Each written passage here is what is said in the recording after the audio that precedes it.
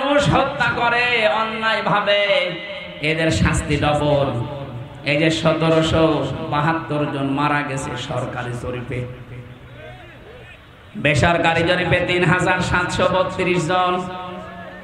জুলাই আগস্টে যারা মারা গেল, আপনি কোন কোন কারণে এদের বৈধতা দিতে পারেন হত্যার বলেন? আপনি তো নিজে নিজেই পালিয়ে গেলেন, মাঝখান থেকে এতগুলো জীবন দুনিয়া থেকে বিদায় করে দিলেন। যারাই করেছে, যারা এর সাথে জড়িত, ডাইরেক্ট ইনডাইরেক্ট, আপনি আল্লাহর কাছে ডবল শাস্তি পাবেন। এটা থেকে পরিত্রাণের একটা ব্যবস্থা আছে, আমি সামনে যাচ্ছি। 3 নম্বরে ওয়ালা ইয়াজনুন, জেনা করবা না। দুনিয়ায় যারা জেনা করেন তাদের শাস্তি হবে ডবল। অথচ বাংলাদেশে ইদানিং দেখছি বুড়ো জেনাখোর বেড়ে গেছে। বয়স 85 বছর, শরীর চলে না, অথচ হাতের জেনা, মুখের জেনা, চোখের জেনা, বাকি লজ্জা স্থানের জেনা যদিও করতে নাও পারে, তাও হাতের জেনা চালাচ্ছে। এই মানুষগুলো আবার মানবাধিকারের কথা বলে যে না, আমরা একটা ছাড়া 2টা বিয়ে করি না। এটা টাটকা শয়তান। তোর তো পদ্ধতি জায়েজ আছে 4টা পর্যন্ত, তোর লাগলে 4টা করবি, তুই জেনা করিস কেন? এই কথা বলে না কেন? আমারে যখন রিমান্ডে 10 দিন নিয়েছিল, ওই সময় এক মুসলমান অফিসার আমারে বলছে, আপনার আকিস গ্রুপের মালিক এই যে ডাক্তার মহিউদ্দিন, উনি 4 বিয়ে করেছে, মানবাধিকার লঙ্ঘন করেছে। কেন? একটা পুরুষ যদি 4 বিয়ে করতে পারে, তাহলে এক মহিলা 4 বিয়ে করতে পারবে না? মানে একটা মহিলা যদি 4 বিয়ে করে, সন্তান হলে কোনটারে বাবা বলবে?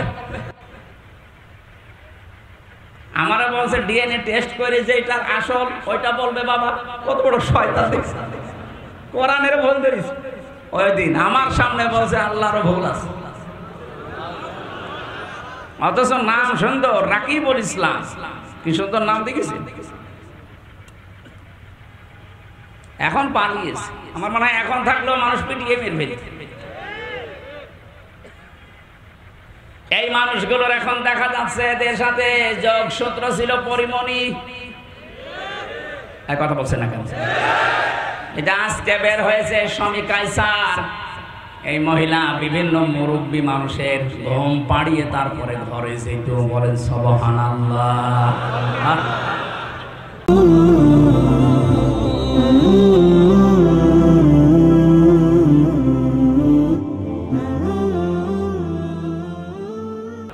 অন্য কোন জেনা যদি নাও হয়, হাতের জেনা, মুখের জেনা, এক কথা বলছে না।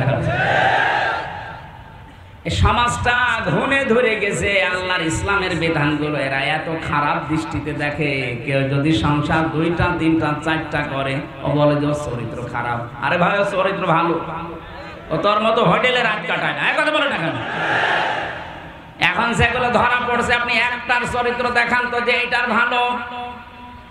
আমি কোরআন শরীফ সামনে নিয়ে বলছি, একটারও যদি বলতে পারেন যে না এইটা অন্তত ভালো আছে, দরবেশ,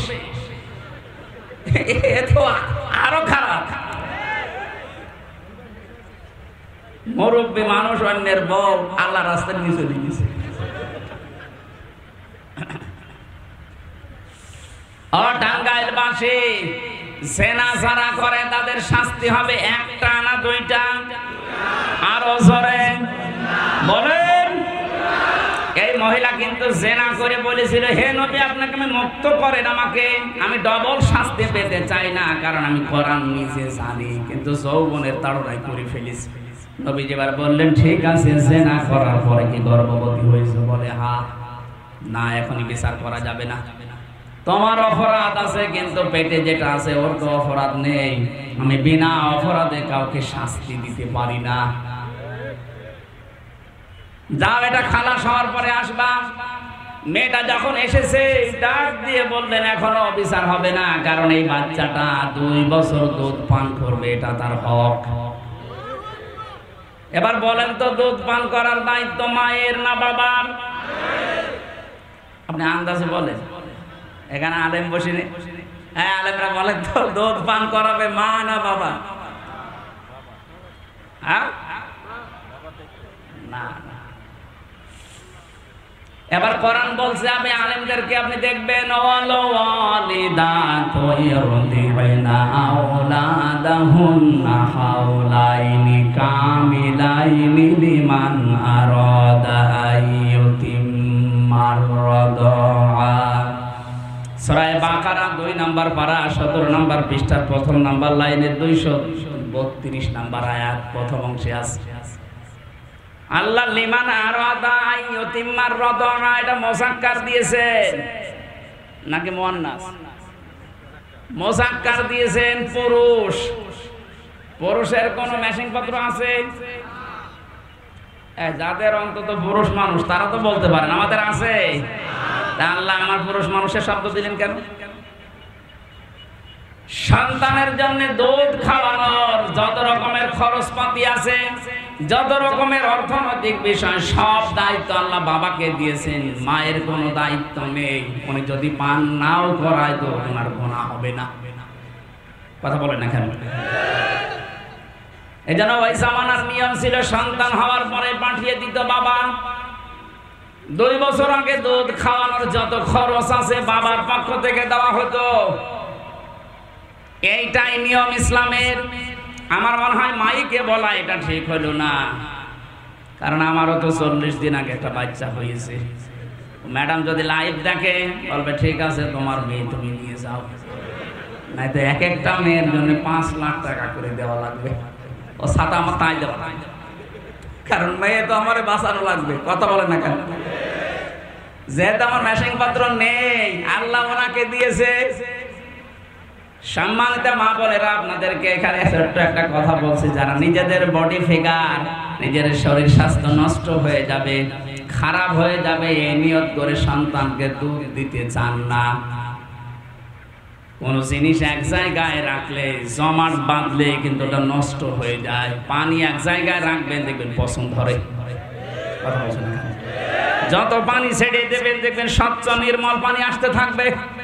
আর এক জায়গায় রাখেন দেখেন 10 দিন পরে পছন্দ ধরে যাবে, নষ্ট হয়ে যাবে, পোকামাকড় তৈরি হবে। পৃথিবীর কোন জিনিস এক জায়গায় রাখলেই নষ্ট হয়। এই লোহা লক্কর এক জায়গায় রাখেন, মরিচা ধরবে, জং ধরে যাবে, শেষে ক্ষয় হতে হতে মাটি হয়ে যাবে। কথা বলেন? ক্ষমতাও এক জায়গায় রাখা ঠিক না, এটা নষ্ট হয়ে যায়। 15.5 বছরে তাই হয়েছে। আমি অত দূর আর যেতে চাচ্ছি না। মাকে আল্লাহ যে খাবারটা দিয়েছেন তাদের বুকের উপর, এটা যদি আপনি সন্তানকে না দিয়ে এক জায়গায় করে রাখেন, এইটাও নষ্ট হয়ে যাবে, শেষ পর্যন্ত ক্যান্সার হবে, কেটে বাদ দেওয়া লাগবে। যাক, আমার বিষয় ওইটা না, আমি শুধু একটা ক্লাস দিলাম। মায়েরা যদি দুধ পান না করায় গোনা হবে না, দায়িত্ব আল্লাহ বাবাকে দিয়েছেন। আপনি টাকা খরচ করে করবেন না, মানুষ রেখে করবেন, এটা আপনার দায়িত্ব। নবীজি বললেন এই দুধটা যেহেতু ওর বাবা, আপনি বলতে পারছেন না কে ওর বাবা, আর যে বাবার নাম বলবেন ও বাবা তো দায়িত্ব নেবে না, কারণ সন্তানটা জারজ। কথা বলেন না কেন? নবীজি এই জন্য বলেছিলেন 2 বছর অন্তত দুধ খাওয়াও এবং শক্ত খাবার খাওয়া শিখলে আমার কাছে নিয়ে আসো। 2 বছর পরে রুটি দিয়ে বলছে, হে রাসূল এই দেখেন খাওয়া শিখে গেছে। ছেলেটাকে নিয়ে নবীজি একজন সাহাবীকে বললেন, এই যে তোমার দায়িত্ব দিয়ে দিলাম, নাও মেয়েটাকে মাটির ভেতরে গেড়ে দাও। পাথর মারা আরম্ভ হয়ে গেল। হযরত খালিদ ইবনে ওয়ালিদ বলেন, এত জোরে একটা পাথর মারলাম, ফিনকি দিয়ে রক্ত আমার শরীরে এসে টাচ করেছে। আমি বরদোয়া দিলাম, ভৎসনা দিলাম, ভোরও কঞ্চিত করলাম, সি কার রক্ত আমার শরীরে লেগে গেছে। নবীজির কানে কথা যাওয়ার সঙ্গে সঙ্গে বিশ্ব নবী বললেন, থামো, এই কথা বলবা না। তুমি নবী না, আমি নবী। আমি যা দেখতে পাই তুমি তা দেখতে পাও না, আর আমি যা জানি তুমি তা জানো না। এই মহিলার যে তাওবা, এই মহিলার যে অনুশোচনা এবং এই গুনাহ মাফ করার যে পদ্ধতিও দুনিয়ায় দেখিয়ে গেল, এরকম কোন জালেম যদি পৃথিবীতে এইভাবে তাওবা করতে পারে, আল্লাহ তাকেও মাফ করে দেবেন। আমি কি বোঝালাম এই ঘটনা থেকে? শুধু সুবহানাল্লাহ, আলহামদুলিল্লাহ, আল্লাহু আকবার, নাউজুবিল্লাহ পড়া না। এদিকে তাকান। এই 15.5 বছর যারা জুলুম, নির্যাতন, অত্যাচার করেছেন, আপনি তো আল্লাহর সাথে কিছু করেননি, করেছেন জনগণের সাথে। সৃষ্টি জগতের সাথে এক কথা বলে না কেন? যে গাছগুলো কাটার কথা ছিল না, আপনি ক্ষমতা পেয়ে গাছগুলো কেটেছেন, এরকম গাছ দেশে নেই। ওই মহিলাকে নবীজি কিন্তু প্রথমেই বলতে পারতেন, যা হয়েছে হয়েছে, আস্তাগফিরুল্লাহ পড়ে নাও, পারতেন না? বলেন না কেন? বলেছিলেন না? মানে তিনবার এসে যখন বলেছে আমি মুক্ত হতে চাই, এই গুনার শাস্তি যেহেতু ডবল কোরআন ঘোষণা দিচ্ছে, সুতরাং আমি কিয়ামতের দিন পরিত্রাণ পেতে চাই, হে নবী আপনি আমাকে পরিষ্কার করেন। নবীজি পরিষ্কার যেভাবে করেছিলেন, হে বাংলার মানুষেরা, এ 15.5 বছরে যারা জুলুম করেছো মানুষের উপরে, তোমাদেরকেও আমরা পরিষ্কার করতে চাই। শুধু আস্তাগফিরুল্লাহ হবে না, আপনার জন্য হাজারো মানুষে 15 বছর ঘরে থাকতে পারে নাই, হাজার হাজার মিথ্যা মামলা নিয়ে কেউ গাছতলায়, কেউ বাঁশতলায়, কেউ ধানের জমিতে রাত কাটিয়েছে। আপনি গমের সাথে, খুনের সাথে, আয়না ঘরের সাথে আপনি জড়িত। মিথ্যা মামলা নিজে দিতেন, নিজেই ছাড়িয়ে নিয়ে আসতেন, মাঝখান থেকে ওর পরিবারের কাছে 8-10 লাখ টাকা নিয়ে নিতেন। এরকম ব্যবসা দেশে ছিল না? এই কথা বলে না কেন? এই ব্যবসাগুলো যারা করে কোটি কোটি টাকার মালিক হয়ে গেলেন, এখন আপনি আল্লাহর কাছে বললেন আস্তাগফিরুল্লাহ, আল্লাহ কি পাগল হয়ে গেছে? আপনি তো ক্ষতি করলেন হামসার, আমার প্রায় 30 থেকে 32 লাখ টাকা এই 3.5 বছরে গেছে। আমি চাই এই ক্ষতিপূরণ আমাকে দেওয়া লাগবে, যেহেতু আমি নির্দোষ, আদালত কর্তৃক প্রমাণিত আমার কোনো দোষ পাইনি। তাহলে 32 লাখ টাকা আমার মামলার আয়ু থেকে শুরু করে যারা জড়িত ছিল সবার কাছে আমার দাবি। এবং 3টা বছর আপনি ফাঁসির কন্টেন্ট ছেলে আমাকে রেখেছেন, আমিও চাই 3 বছর আপনি থাকবেন। কথা বলেন না কেন? 10 দিন আপনি রিমান্ডে থাকবেন ওই মাটির নিচে। এতগুলো কাজ করার পরে বলেন আস্তাগফিরুল্লাহ যান। এইভাবে যদি আপনি অপরাধের তাওবা না করেন, এই দেশে সামনে যারা আসবে তারা আরো ভয়ঙ্কর জালেম হবে। আমরা চাই এই তওবা হোক। আমি কথা বোঝাতে পেরেছি? খালি বলো হুজুর দোয়া করেন আমি ভালো হয়ে যাচ্ছি, আস্তাগফিরুল্লাহ। আরে আস্তাগফিরুল্লাহ কার কাছে পড়িস? তুই কি আল্লাহর কাছে দোষ করলি এদের কাছে? হাজারো ইমাম বাধ্য হয়ে তোর কারণে, তোর জুলুমের কারণে কথা বলতে পারেনি। এরকম আলেম দেশে ছিল না? বাইতুল মুকাররমের মতো জায়গায় বসে বসে কোরআনের সঠিক ব্যাখ্যাগুলো যদি দিত, এই দেশটা আরো আগে স্বাধীন হয়ে যেত।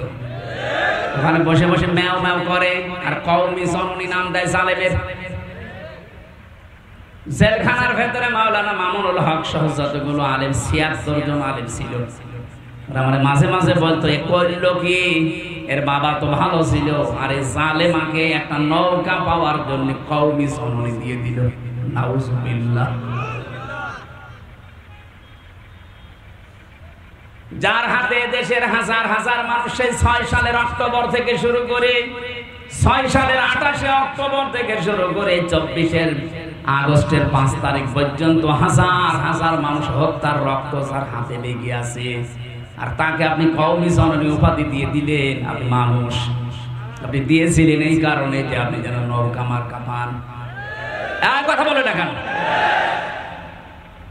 কোন কারণে আপনি এই মার্কা নিয়ে দাঁড়াতে গেলেন? আপনি যদি কুকুর মার্কায় দাঁড়াতেন তাও পাস করতেন।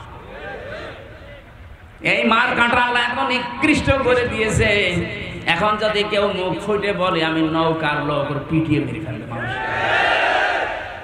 শুধু টাঙ্গাইলে না, সারা দেশে একই অবস্থা।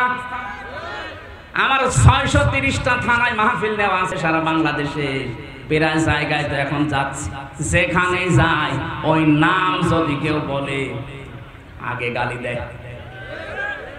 জালেমদেরকে আল্লাহ বলেন আমি নিজে ঘৃণিত করে দেই। জালেমদের উপরে ঘৃণা জন্মায় কে? পুরা সৃষ্টি জগতের ভেতরে তাদের প্রতি রাগ তৈরি হয় আল্লাহর পক্ষ থেকে। এটা আমি বানালাম। সূরা শুরার 42 নম্বর আয়াতে আছে ইন্নামাস সাবিলু আলাল্লাযিনা ইয়াজলিমুনান নাস।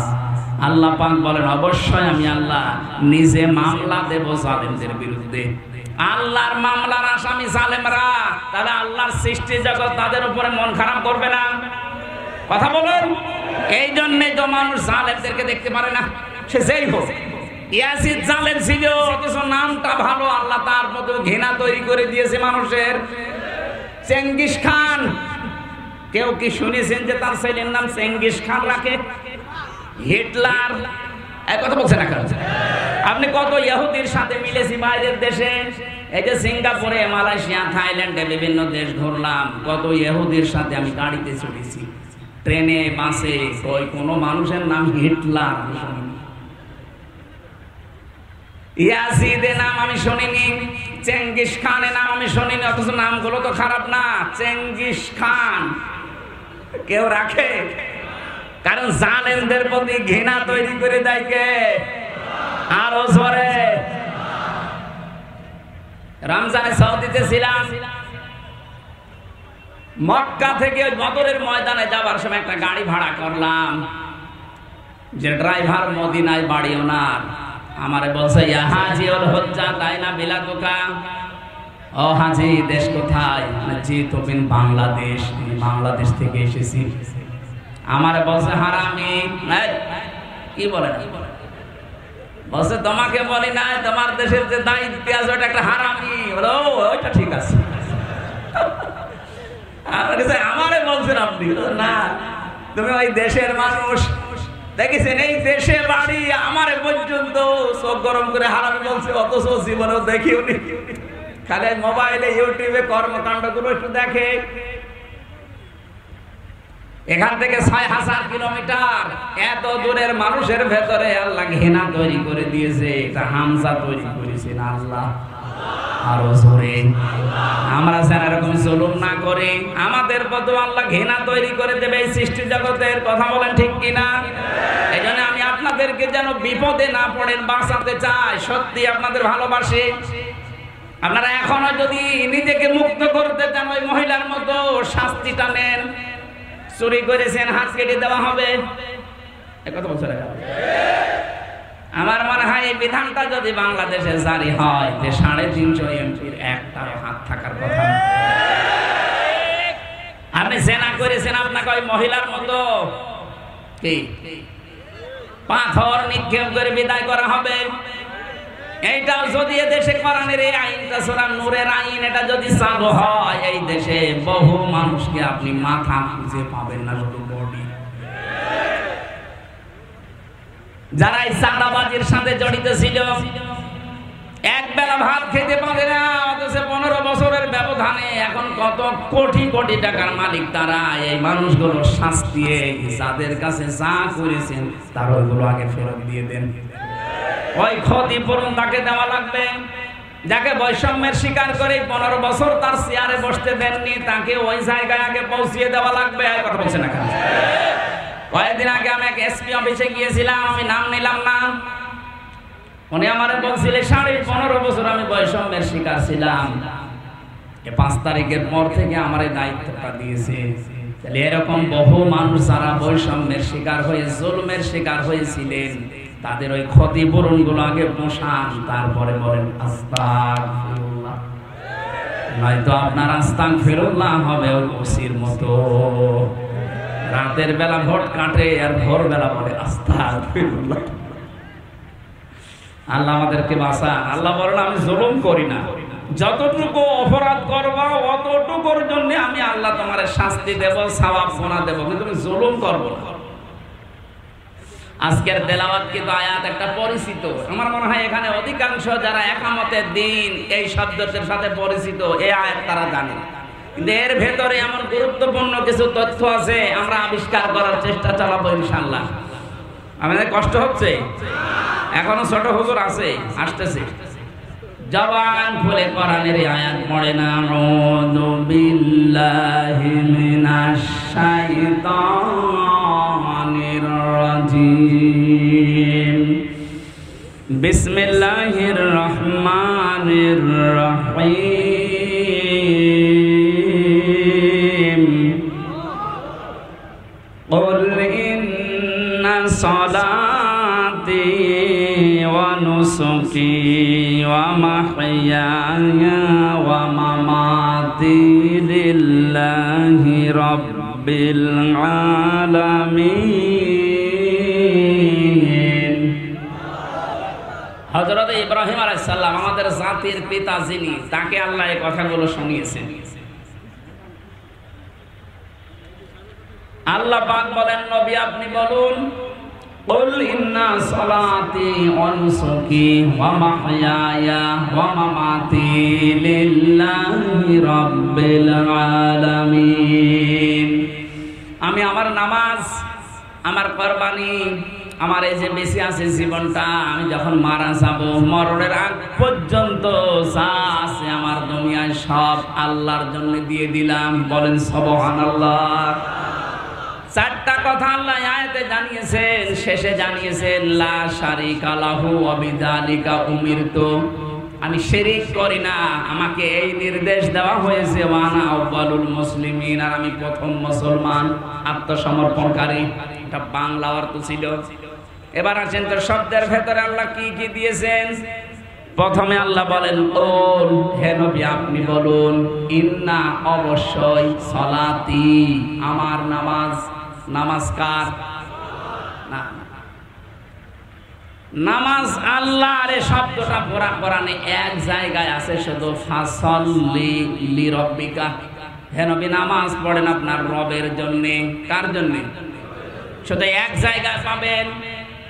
বাকি যত জায়গায় সালাতি একালিফ টান দেওয়া আছে, এটা আপনার নিজের নামাজের কথা বলা হচ্ছে, যে অবশ্যই আমার নামাজ। তার মানে আমি যেটা আদায় করি, এই নামাজ বলতে শুধুমাত্র এই দাঁড়িয়ে থাকা, রুকু দেওয়া, সেজদা দেওয়া না। এটা একটা কঠিন প্রশিক্ষণ। নামাজ যে একটা কঠিন প্রশিক্ষণ, ট্রেনিং, এটাকে আমি নিজে বলছি বানিয়ে। বলেন বলেন, ওয়াস্তাঈনু বিস-সাবরি ওয়াস-সালাহ ওয়া ইন্নাহা লাকাবীরাতুন ইল্লা আলাল খাশিঈন।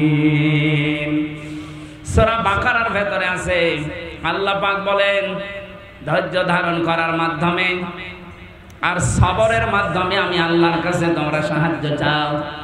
পৃথিবীতে যত কাজ আছে সব চাইতে বড় কঠিন কাজ নামাজ। কে বলছে? ওয়া ইন্নাহা লাকাবীরাতুন, অবশ্যই নামাজ একটা ভারী বস্তু, কঠিন একটা বিষয়। ইল্লা আলাল খাশিঈন, কিন্তু যে মানুষগুলো আল্লাহকে ভয় করে তাদের জন্য এটা মোটেও কঠিন না, ভার না, এটা আল্লাহ সহজ করে দেয়। আল্লাযীনা ইয়াযুন্নুনা আন্নাহুম মুলাকু রাব্বিহিম ওয়া আন্নাহুম ইলাইহি রাজিউন, যারা এই বিশ্বাস করে দৃঢ়ভাবে যে আমাদের রবের কাছে আমাকে দাঁড়াতে হবে, আর সর্বপ্রথম আল্লাহ আমাকে জিজ্ঞাসা করবে, আউয়ালু মা ইউহাসাবু বিহিল আবদু ইয়াউমাল কিয়ামাতিস সালাত। ও হামজা, নামাজ পড়তে কিনা বল। কে বলছে? এই প্রথম প্রশ্ন জিজ্ঞাসা করা হবে, নামাজ পড়তে কিনা বল। এখান থেকে আমি যেটা শিক্ষা বের করেছি, নামাজ শুধুমাত্র দাঁড়ানো, 5 ওয়াক্ত নামাজে যাওয়া, আর এই যে রুকু সেজদার যে ট্রেনিং দেওয়া, এইটাই না। এখান থেকে আমার আল্লাহ 27টা বিষয় আপনাকে নিতে বলছেন। এই 27টা বিষয় যদি কোনো মানুষ নামাজি নিতে পারে, ওই মানুষের ভেতর থেকে 3টা জিনিস আল্লাহ দূর করে দেবেন। প্রধানত কয়টা? আরো জোরে বলেন। এবার আপনি মিলান তো আপনার ভেতরে 3টা আছে কিনা। সূরা মাআরিজের ভেতরে পাবেন, ইন্নাল ইনসানা খুলিকা হালুআ ইযা মাসসাহুশ শাররু জাযুআ ওয়া ইযা মাসসাহুল খায়রু মানুআ ইল্লাল মুসাল্লিন। রব্বুল আলামিন বলেন, অবশ্যই আমি মানুষকে হালুয়া বানিয়েছি। কি কি বললাম? হালুয়া মানে ভর্তা। হালুয়া মানে অবশ্যই রুটি দিয়ে খায়। ইন্নাল ইনসানা খুলিকা হালুআ, অবশ্যই মানুষকে তৈরি করা হয়েছে হালুয়া। হালুয়া মানে প্রথম অর্থ হচ্ছে হালুয়া মানে অস্থির। হালুয়া মানে কি? আরো জোরে বলেন। মানুষের ভেতরে অস্থিরতা কাজ করে সব সময়, সব সময় অস্থির মানুষ। ইদা মাসসাহু শাররু জাযুআ, যখন কোনো অমঙ্গল তাকে স্পর্শ করে, কোন দুঃখ বেদনা কষ্ট তার কাছে আসে, তখন লোকটা হতাশ হয়ে পড়ে। এটা মানুষের স্বভাব, আমাদের ভেতরে নেই। আরো জোরে বলেন বলেন। সব মানুষের ভেতরে, দুনিয়াতে 750 কোটির উপরে মানুষ, সবার ভেতরে এইগুলো আছে। মানুষ অস্থির, সব সময় ব্যস্ত, সব সময় মানুষের ভেতরে অস্থিরতা কাজ করে। 2 নম্বরে মানুষ বিপদ আপদে পড়লেই হতাশ হয়ে পড়ে। ওইদা মাসসাহুল খায়রু মানুআ, মানুষ যখন কল্যাণ কিছু পায়, ভালো কিছু পায়, নিয়ামত পায়, তখন কৃপণ হয়ে যায়। এই গুণগুলো কাদের? এটা ক্লাস চলছে না? এই গুণগুলো কাদের? মানুষের। বলেন বলেন। বলতে বলতে এবার আল্লাহ বলেন ইল্লাল মুসাল্লিন, কিন্তু মুসাল্লিদের এই গুণ থাকবে না। আমার প্রশ্ন, আমরা যারা এখানে নামাজ আদায় করি তাদেরকে মুসল্লি বলা হয়, এই গুণ আমাদের ভেতরে আছে না নেই? তাহলে আল্লাহর কথা ঠিক না। আল্লাহ বলেন কোন মুসল্লি জানো? আল্লাযীনা হুম আলা সালাতিহিম দাইমুন। বলেন আল্লাহু আকবার। পৃথিবীতে ওই মুসল্লিদের ভেতরে এই গুণগুলো থাকবে না, যে মুসল্লিরা তাদের নামাজে নিয়মিত। 3 ওয়াক্ত পড়ে, 2 ওয়াক্ত পড়ে না এমন না। নামাজের ভেতরে যারা নিয়মিত, দাইমুন, এর ভেতরে যারা নিমজ্জিত থাকে, লেগে থাকে, এবং এখান থেকে পঠিত বিষয় এবং এই যে শারীরিক যে বিষয়গুলো আছে এগুলো মানুষ শিক্ষা নিয়ে অর্জন করে। পঠিত বিষয় একটা আর প্র্যাকটিক্যাল বিষয় একটা। 5 ওয়াক্ত আযান হবে, নামাজে যাবেন, আসবেন, দাঁড়াবেন, রুকু, সেজদা, সালাম ফেরানো, এগুলো একটা ব্যায়াম। এগুলো কি? এগুলো শারীরিক ভাবে আপনি করছেন। আর মুখ দিয়ে কিছু উচ্চারণ করা লাগে, আল্লাহু আকবার থেকে শুরু করে সালাম ফেরানো পর্যন্ত যা বলবেন এগুলো পঠিত ইবাদত। এই পড়াটার ভেতরে আমি 27টা শিক্ষা পেয়েছি। এটা তাফসিরে ফি জিলালিল কোরআনে পাবেন। কোন মুসল্লি যদি এই 27টা শিক্ষা নিয়ে তার প্র্যাকটিক্যাল লাইফে মিলাতে পারে, এই আয়াতের হক তার জীবনে আদায় হয়। সে যেন বলতে পারে কওলে ইন্না সালাতি, আমার নামাজ। এগুলো যদি নিতে না পারেন, কিয়ামত পর্যন্ত নামাজ পড়ে যাবেন, আমার নামাজ বলতে পারবেন না। এগুলো যারা বলতে পারে তাদের নামাজের দিকে তাকান, তাদের ভেতরে বিপদে পড়লে আপনি হতাশা পাবেন না। নিয়ামত পেলে তারা কৃপণ হয়ে যাবে না।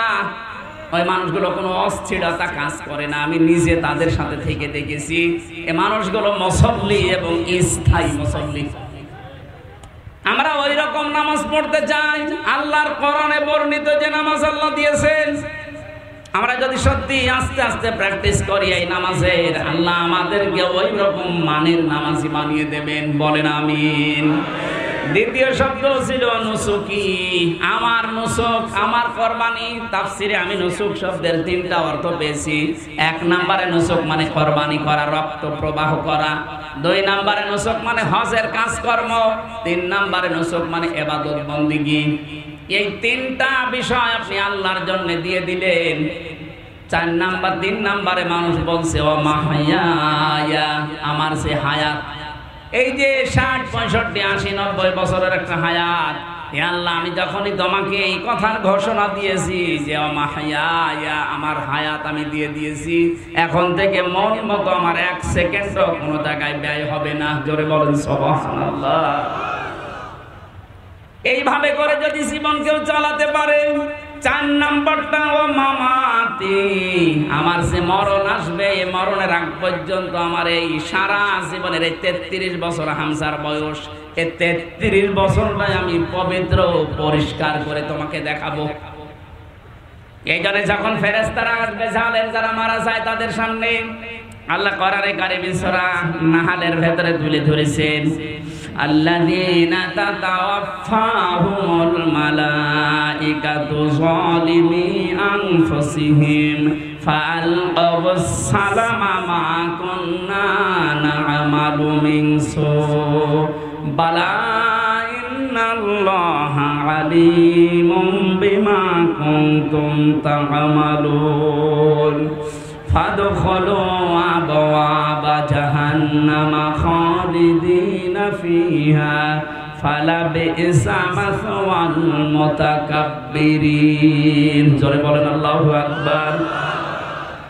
আল্লাহ বলেন মালাইকা ফেরেশতারা যখন আসবে, একজনের নাম দেননি মালাকুন না, মালাইকা ফেরেশতারা আসবে বহু বছর।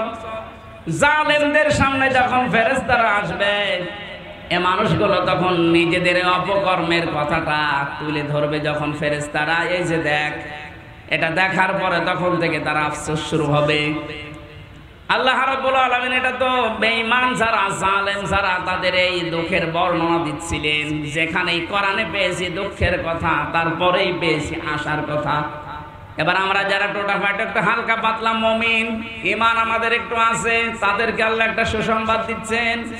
আল্লাযীনা তাতাওয়াফাহুমুল মালাইকাতু তাইয়্যিবিনা ইয়াকুলুনা সালামুন আলাইকুম উদখুলুল জান্নাতা বিমা কুনতুম তা'মালুন। যখন মুমিন হয়ে মারা যেতে পারে, তাইয়্যিবিনের অর্থ আমি তাফসিরে পেয়েছি, তাইয়্যিবিন মানে শুধু পবিত্র না, শুধু নিজের শরীরকে পবিত্র করা, নিজের পোশাককে পবিত্র করা না, নিজের চিন্তা চেতনা আকীদা বিশ্বাস এবং নিজের খাবার, দুনিয়ায় বেঁচে থাকতে যা অবলম্বন লাগে সবগুলো আপনাকে পবিত্র করা লাগবে। আমার কথার অর্থ বোঝেননি? ফেরেশতারা যখন আসবে বলবে, বান্দা তোমার তো সবই দেখছি পবিত্র, কারণ তোমার আমল নামাজে 60 বছর 70 বছর যারা লিখেছে কিরামান কাতিবিন, এরা আমাদের কাছে দেখো দিয়েছে, পড়াটা আমরা পড়ে দেখলাম, এর ভেতর কোনো নাপাক প্রবেশ করেনি। সুবহানাল্লাহ বলতে পারো? তোমার যৌবনটা মনে হচ্ছে পবিত্র, এ যৌবনে তুমি যা যা করেছিলে কোনো নাপাক পথে পা বাড়াওনি। ও টাঙ্গাইলবাসী, এবার নিজের সাথে আয়াতটা মিলান তো। এখন যদি আপনার ডাক চলে আসে মরণের, সেটা ফেরেশতারা দেখবে, এ কথা কি বলতে পারবে হামজা তোমার জীবনটা পুরা দেখলাম, এটা পরিষ্কার আছে, পবিত্র আছে? তাইয়্যিবিনা মানে শুধুমাত্র পোশাক পবিত্র না, শুধুমাত্র শরীর পবিত্র না, তোমার সব পবিত্র হওয়া লাগবে। তোমার চিন্তা চেতনাও, তুমি দুনিয়াতে কি কি করেছিল ওই কাজগুলো পবিত্র হওয়া লাগবে। তোমার কর্মজীবনটাও পবিত্র হওয়া লাগবে। একটু যদি বিবেকটা খাটাতে পারতাম, আমার মনে হয় এই আয়াতটাই আমাদেরকে নাজাতের জন্য আল্লাহ যথেষ্ট করে দিত। ওই মানের চিন্তা আমাদের ভেতরে নেই। আমাদের তো গরু মার্কা চিন্তা, শুধু খায় আর পায়খানা করে। একটু চিন্তা করেছেন যে আল্লাহ পবিত্র ফেরেশতাদের হাতে এটা তুলে দেবে, আমি যদি পবিত্র না হই ফেরেশতারা এটা নেবে না, আমার ওটা নেবে নাপাক ফেরেশতা। সিজ্জিনের যারা আছে, ইল্লিনের, তারা নেবে না। আমার এখনই পরিবর্তনের দরকার, 10 বছর পরে না, 20 বছর পরে না, এখনই। কখন? যখন আপনার মরণ চলে আসবে, ওই সময় যে মামাতে মরণটা আসার সঙ্গে সঙ্গে ফেরেশতারা ওটা পড়বে আর বলবে মারহাবা, সালামুন আলাইকুম উদখুলুল জান্নাহ, শান্তি তোমার উপরে, প্রবেশ করো আল্লাহর বানানো জান্নাতে। এমন একটা দরজা আপনার জন্য খুলে দেবে। তাফসিরে পড়েছি একটা দরজা না, ৭০,০০০ দরজা আপনার জন্য একটা একটা করে আল্লাহ খুলবে। যেখানেই দেখবে সৌন্দর্য, বিউটিফুল দেখে মনে করবে এইটাই মনে হয় আসল জায়গা, বসে পড়বে। ফেরেশতারা বলবে আল্লাহর বান্দা ওঠো, এটা না, চলতে থাকো। হাত্তা ইদা জাউহা ওয়া ফুতিহাত আবওয়াবুহা ওয়া ক্বালা লাহুম খাযানাতুহা সালামুন আলাইকুম তিবতুম ফাদখুলুহা খালিদিন। এখান থেকে আমি জেলে যাওয়ার পরে আয়াতটা একটু ক্লিয়ার হয়েছে আমার কাছে। এর আগে আমি পড়েছিলাম কিন্তু বুঝি নাই। আল্লাহ এর আগে যে কথাগুলো জাহান্নামের বর্ণনা দিচ্ছিলেন, হাত্তা ইদা জাউহা ফুতিহাত আবওয়াবুহা ওয়া ক্বালা লাহুম খাযানাতুহা আলাম ইয়াতিকুম রাসূলুম মিনকুম, এটা জাহান্নামের আয়াত। জাহান্নামের কথা বলতে গিয়ে আল্লাহ দরজার কাছে যেই বাবের বহুবচন আবওয়াব দেওয়ার সঙ্গে সঙ্গে আল্লাহ খুলে রেখেছি, এ কথা বলেন নাই। জাহান্নামের কথা বলতে গিয়ে আল্লাহ বলেন জাহান্নামের দরজা সব সময় ব্লক করা থাকে, বন্ধ করা থাকে। কারাগারকে যেহেতু জাহান্নামের সাথে তুলনা দেওয়া হয়, এই কথা বলছে না কেন? ওটা আল্লাহর কারাগার, জাহান্নাম কার কারাগার? আর এটা দুনিয়ার কারাগার। কারাগারের নিয়মই হচ্ছে, জেলখানার নিয়ম হচ্ছে 24 ঘন্টা কারাগার বন্ধ থাকে, মেন গেটটা।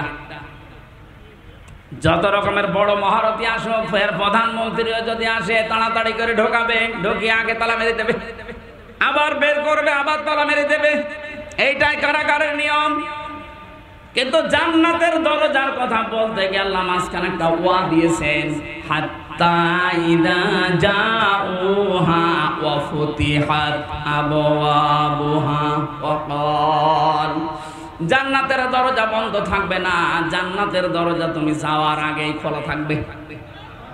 ফেরেশতারা ফুল নিয়ে, মালা নিয়ে বলবে, সালামুন আলাইকুম তিবতুম ফাদখুলুহা খালিদিন, শান্তি বর্ষিত হোক, চলতে থাকো আল্লাহর জান্নাতে, প্রবেশ করো, চিরদিনের জন্য এখানে থাকো, কেউ তোমাকে বাধা দেবে না। জোরে বলেন সুবহানাল্লাহ। আমরা যদি আল্লাহর জন্য আমাদের সব কিছুই দিতে পারি, আমাদের নামাজ, আমাদের কুরবানি, আমাদের জীবন, আমাদের মরণ আল্লাহ পাকের জন্য দিলে, আল্লাহ এরকম একটা মেহমান খানা আমাদের জন্য বানাচ্ছেন। বলেন আমিন। আল্লাহ আমাদেরকে জান্নাতে যাওয়ার যে উপকরণগুলো বলছিলাম এগুলো মেনে নেওয়ার তৌফিক দিন। আমার নামাজে মনোযোগ বসে না, তাতে আমার করণীয় কি? করণীয় তো আছে, নামাজের ভেতরে মনোযোগ না বসলে পাপ কাজ ছেড়ে দেওয়া লাগবে, এই জন্য মনোযোগ আসতেছে না। এখন আজান হবে, 5 মিনিট আছে। আমার ছোট ভাই মাওলানা রফিকুল ইসলাম মাদানী, আজকে ওর আর আমার মাহফিলে আসলে এক জায়গায় ছিল, কিন্তু আপনারা মানে দুইটাই ভেজাল বাতিয়েছে। আগামীতে আমরা আসলে আরো বেশি কথা বলতে পারবো। আর এমনি সারাদিন আজকে অনুষ্ঠান, সে ফজরের পর থেকে 12:30 পর্যন্ত অনুষ্ঠান করে জার্নি করে আসলাম। আগামীতে আসলে কথা বলবো। আজকে ওই ভাইয়ের কাছে কথা শুনেন। আমি যতটুকু বলেছি আল্লাহ আমাকে এবং আপনাদেরকে মনে রেখে আমল করার তৌফিক দান করুন। হাদা মানে ইনদি ওয়া ইলমু ইনদাল্লাহ আলাইহি তাওয়াক্কালতু ওয়া ইলাইহি উনীব। আসসালামু আলাইকুম।